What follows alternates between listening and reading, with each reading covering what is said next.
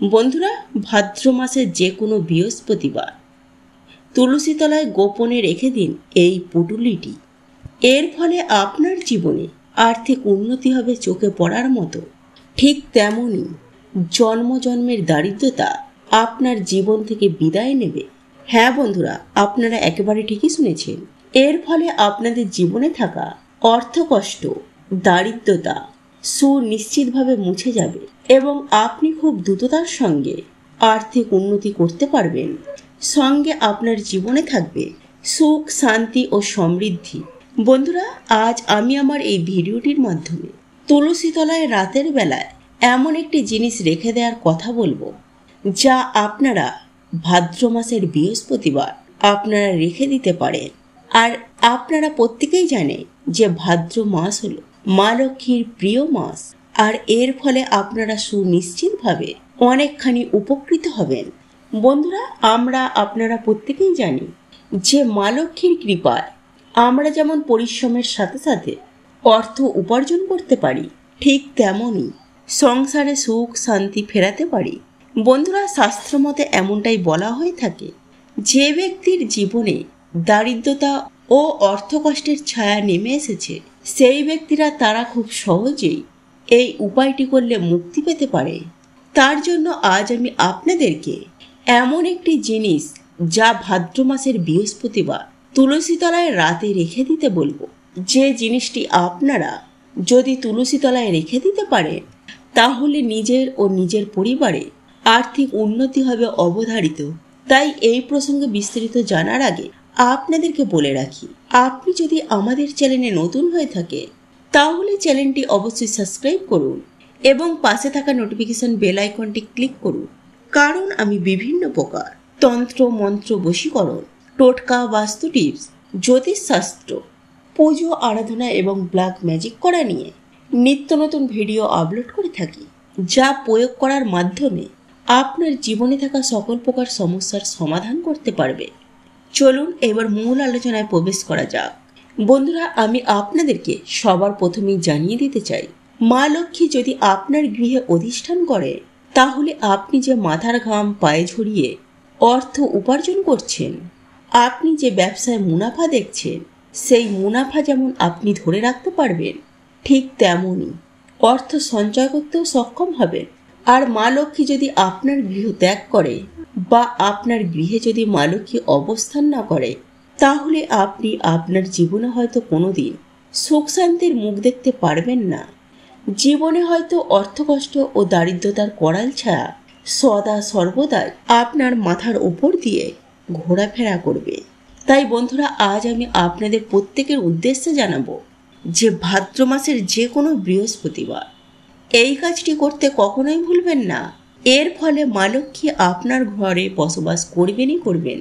বন্ধুরা, আপনারা প্রত্যেকেই জানি যে মা লক্ষ্মীর আরও এক রূপ হলো এই তুলসী মাতা। এই তুলসী মাতা ও তুলসী গাছ প্রত্যেকটি বাড়িতেই আছে, কিন্তু এই তুলসী গাছ বাড়ির যেখানে সেখানে লাগালেই হয় না।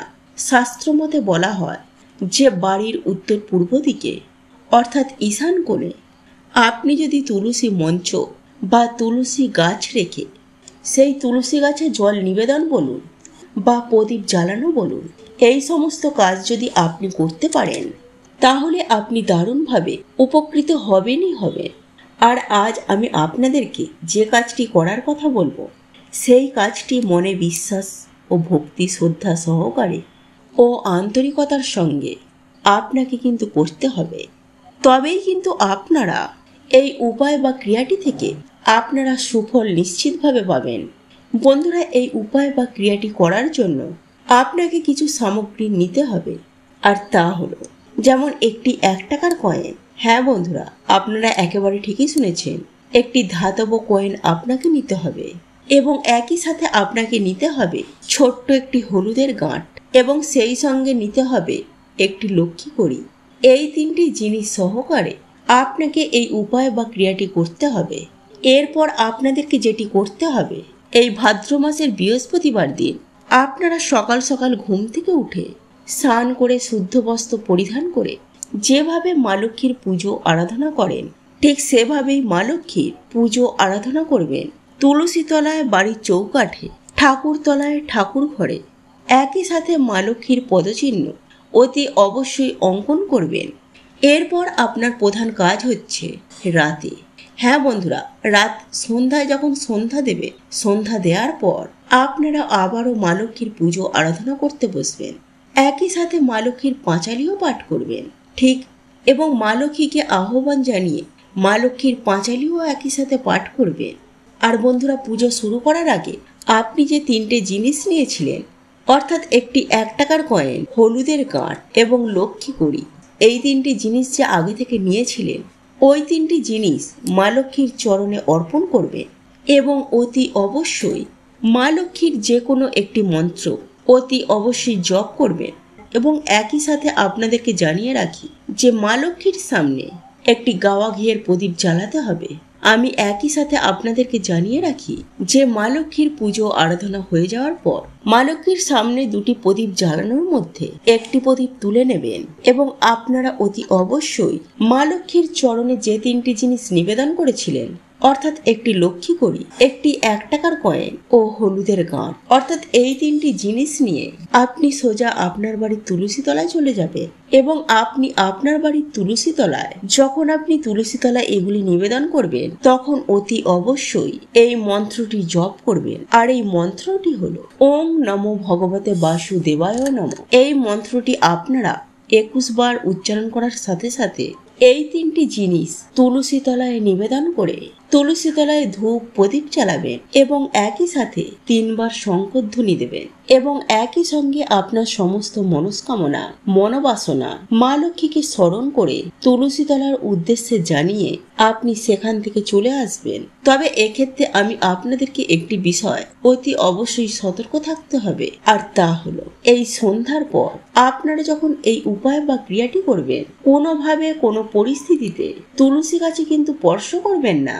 কারণ বন্ধুরা, সন্ধ্যার পর তুলসী গাছ স্পর্শ করা একবারে অনুচিত। বন্ধুরা, তার পরের দিন আপনার কাজ হলো তুলসী তলায় যে 3টি জিনিস নিবেদন করেছিলেন, সেই 3টি জিনিসকে সকাল সকাল ঘুম থেকে উঠে স্নান পর্ব সেরে নিয়ে পুজো আরাধনা করার পর সেই 3টি জিনিসকে আপনি একটি লাল কাপড়ের মধ্যে মুড়ে জয় শ্রী হরি মন্ত্রটি জপ করে তুলসী গাছের গোড়ায় লুকিয়ে রাখুন বা তুলসী গাছের তলায় পুঁতে দিন। এতে অর্থ পুরো চুম্বকের মতো আকর্ষণ করবে।